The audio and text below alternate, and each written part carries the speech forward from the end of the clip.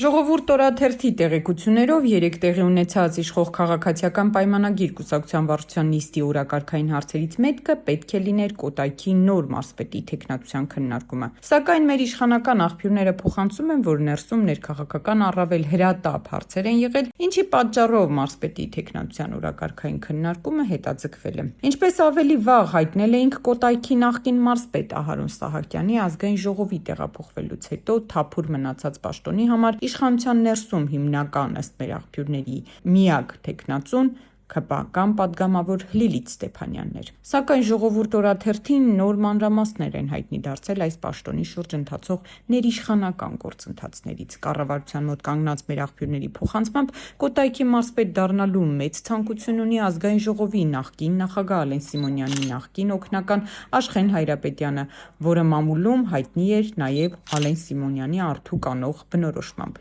Ժողովուրդ օրաթերթի տեղեկություններով հենց Հայրապետյանն է տարբեր օղակներից փորձում հասկանալ ինչպես կարող է այդ պաշտոնին հասնել։ Ըստ էության իշխանության ներսում փորձում են հասկանալ Ստեփանյանի վերջնական դիրքորոշումը մինչև մարզպետի թեկնածության հարցը կրկին ՔՊ վարչության օրակարգ բերելը։ Հիշեցնենք, որ Աշխեն Հայրապետյանի հայրը Համլետ Հայրապետյանը 2015 թվականից մինչև 18 թվականի հունիսը զբաղեցրել է Կոտայքի փոխմարզպետի պաշտոնը եւ հայտնի է եղել որպես ՀՀԿ անդամ կամ համակիր։ Ժողովուրդ օրաթերթի տեղեկություններով 2018 թվականին Համլետ Հայրապետյանի փոխմարզպետի պաշտոնից հեռանալու որոշումը կայացրել է այն ժամանակվա մարզպետ Ռոմանոս Պետրոսյանը, թեև պաշտոնապես նրա ազատումը ձևակերպվել է սեփական դիմումի համաձայն։ Այսպիսով Կոտայքի մարզպետի նշանակումը, որը պետք է քննարկվեր 3, առայժմ հետաձգված է։